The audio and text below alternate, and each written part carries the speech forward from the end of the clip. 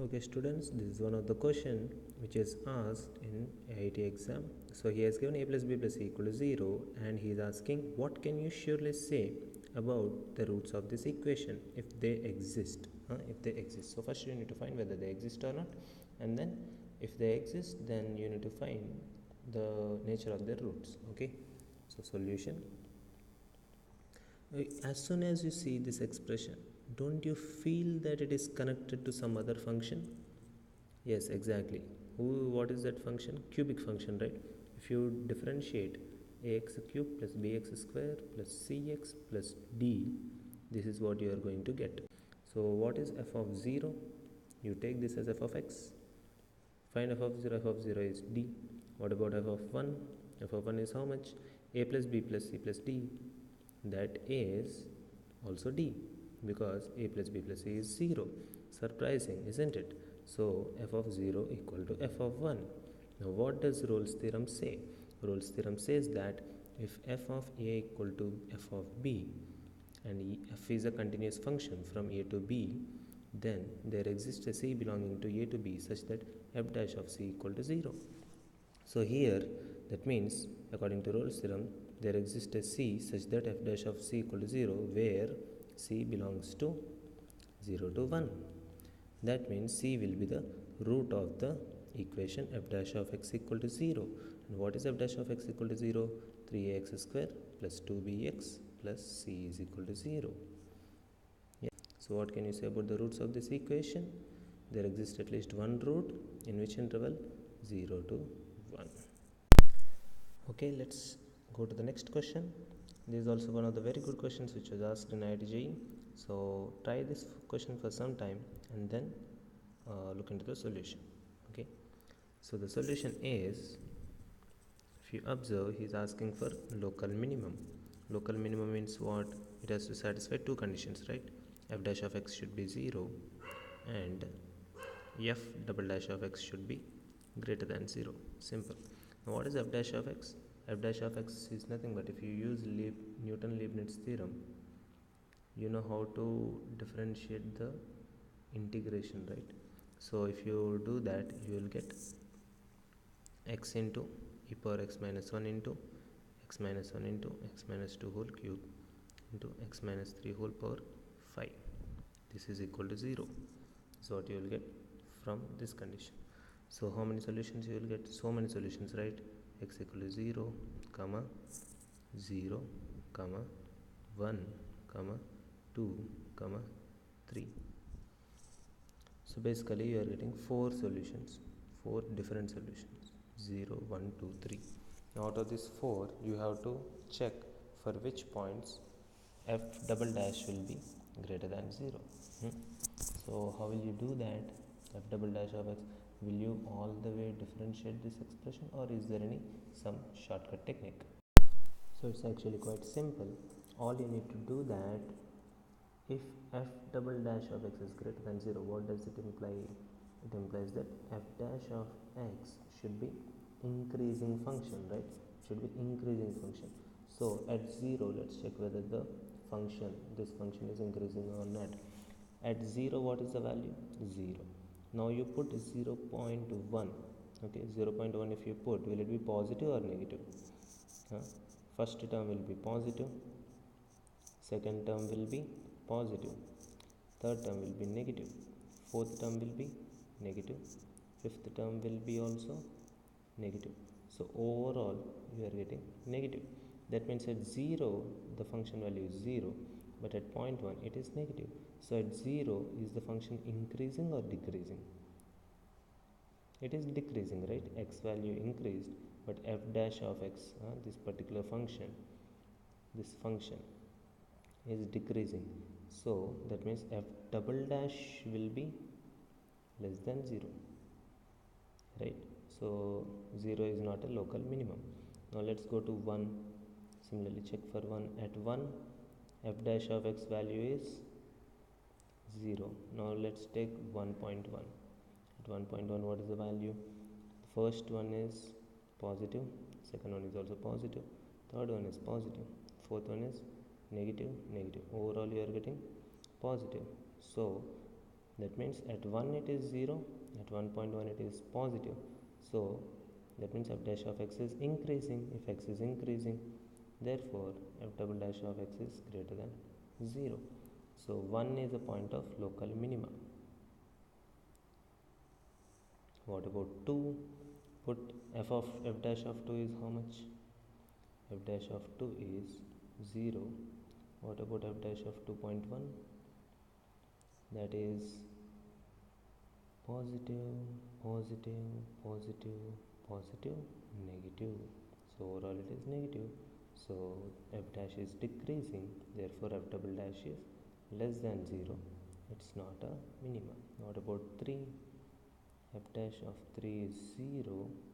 F dash of 3.1, dash of 3.1 is positive, positive, positive, positive, positive. All are positive, you will get positive.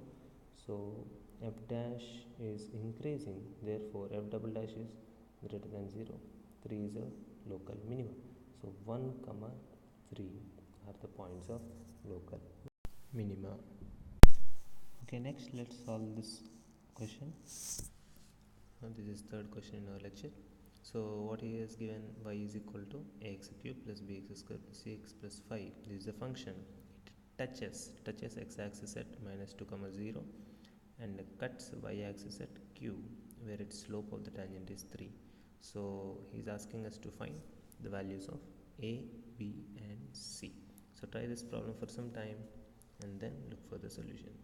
Okay, let's see the solution. First, he is saying it touches the x-axis at minus 2 comma 0. Touching x-axis means what? It has repeated root, right?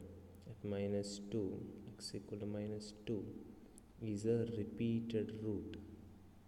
A repeated root means cubic equation has 3 roots.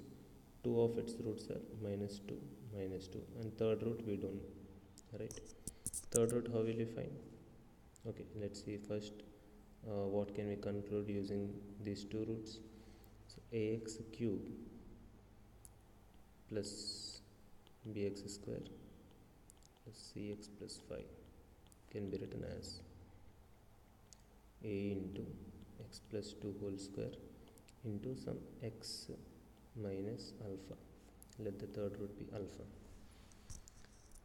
Okay. So first let us find what is dy by dx. dy by dx is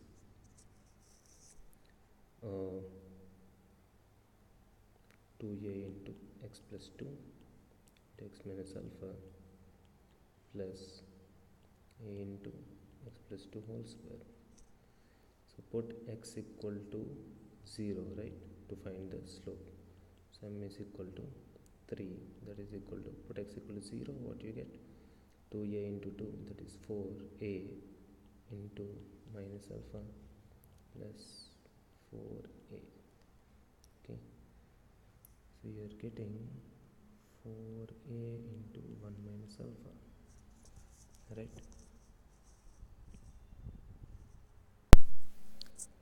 That implies a is equal to 3 by 4 into 1 minus alpha.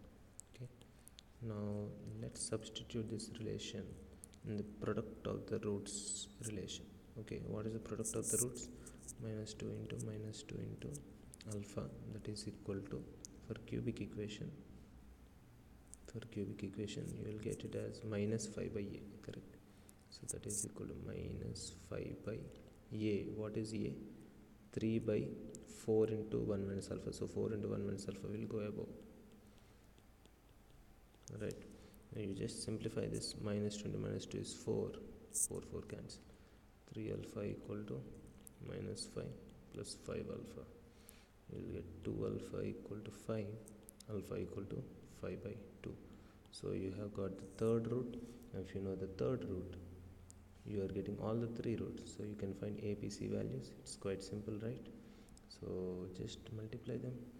X minus, by the way, we need to first find a value, right? A value is how much? 3 by 4 into 1 minus alpha is 5 by 2. So you will get this as minus 6 by 2 minus 5 is minus 3 minus 3 4 is 12. that is minus 1 by 2, right? So now you know how to find the values of b and c, correct? So sum of the roots is how much? Sum of the roots is minus b by a minus b by minus 1 by 2, that is equal to, what is the sum of the roots? Minus 2 plus 5 by 2, that is minus 4 plus 2.5 minus 1.5. So we'll get b as minus 0.75. What about c? C is nothing but product of the roots, sum of the roots taken 2 at a time, correct? So that will be 4 minus 5 and minus 5, that is c by a. So that implies c is equal to minus 1 by 2 into minus 6. We'll get it as 3. So a is equal to minus 0.5, b is equal to minus 0.75, and c is equal to 3. These are the final answers. For your information, this simple question was asked for 5 marks in IIT 1994. So it's quite simple, right? So all we did is, first we identified the fact that the minus 2 root is a repeated root because it is touching at that point minus 2 comma 0, and the other root we assumed alpha. Then we wrote this entire thing in this form, and then we found dy by dx as this and equated it to 3. So from that we got a relation between a and alpha. Next we substituted that in what? Product of the roots formula. So from that we got alpha value. So we now have 3 roots, and also you have the leading coefficient value from this relation. So in that way we found all the 3 coefficients. Okay, this is our next question. This is also asked in IIT JEE 1988 for 5 marks. Okay, so you need to find maximum and minimum of this function. As usual, maximum and minimum means first you need to make sure that f dash of x equal to 0, and for maxima f double dash should be less than 0. For minima f double dash should be greater than 0, correct? So now just solve this equation. You will get that according to Newton-Leibniz theorem, all you need to do is you need to put x wherever t is there, right? 3 into x minus 1 whole square into x minus 2 whole square is equal to 0. So now you take x minus 1 into x minus 2 whole square common, you will get inside it 2 into x minus 2, that is 2x minus 4, plus 3 into x minus 1, that is 3x minus 3 equal to 0. So you will get x equal to 1 comma 2 comma, if you solve this you will get it as 7 by 5. Okay, now in these numbers only there is maxima and minima hiding, correct? So how will you identify them? We already discussed how to identify local maxima and local minima for such cases, right? There is a shortcut. All you need to do is take x equal to 1 and in its neighborhood, so check if x greater than 1, is f dash of x increasing. Okay, first of all, what is f dash of 1? F dash of 1 is 0. So take x greater than 1, what will happen? It will become, so I am focusing on this expression. Okay, it will be positive into positive into just greater than 1, just greater than 1. What will happen? This will be 5x minus 7. So this term will become, if x is just greater than 1, it will be negative, right? So overall you will get negative. That means the function is not increasing but it is decreasing. So 1 is a point of local maxima. What about x equal to 2? So take x just greater than 2. F dash of 2 is 0. What about f dash of x? The first one will be positive, second one will be positive. What about the other one? 5x minus 7. If x is just greater than 0, x is just greater than 0, what will happen? It will be positive, right? So overall you are getting it as positive, correct? Now but there is a problem here. If x is less than 2, what will happen? If x is less than 2, what should happen? F dash of x should be less than 0, right? But let's see whether it happens or not. If x is less than 2, it will be positive. This is also positive and this is also positive. So overall again you are getting positive. So it doesn't matter whether x is less than 2 or greater than 2. That means this 2 at nearby 2, for x greater than 2 it's increasing, and for x less than 2 it is decreasing. So x equal to 2 is a inflection point for f of x, correct? Because f double dash of 2 is becoming 0, right? You're able to understand? Suppose if you take x equal to 1 here, for x greater than 1 you are getting negative, so f dash of 1 is decreasing. If you take x less than 1, you will get actually positive number. So it's like this, 1 is there, for less than 1 it is greater than 0, and for greater than 1 it is less than 0. So near 1 what is happening? Function value is reducing, f dash is decreasing, f dash is decreasing, correct? So f double dash is less than 0, but here what is happening? At 2, for greater than 2 it is greater than 0, for less than 2 also greater than 0. That means f dash graph will be like this. That means at 2 f double dash is 0.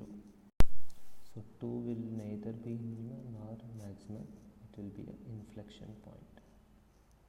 Okay, point of inflection. Now let's check for 7 by 5. Okay, so f dash of 7 by 5 is 0. Now take x greater than 7 by 5. What you will get? First term will be positive, second term positive, third term 5x minus 7, that will also be positive. Overall you are getting positive. So f dash is increasing, that means f double dash of x is greater than 0. So 7 by 5 is local minima. I'm sorry, some small correction here. This x equal to 1 is not minimum, it is maximum, because f double dash is negative, right? F double dash is negative. So I hope you learned some important techniques in the application of derivatives. So this is just first lecture. We'll have 2 more lectures on this chapter that should cover all the techniques. Okay.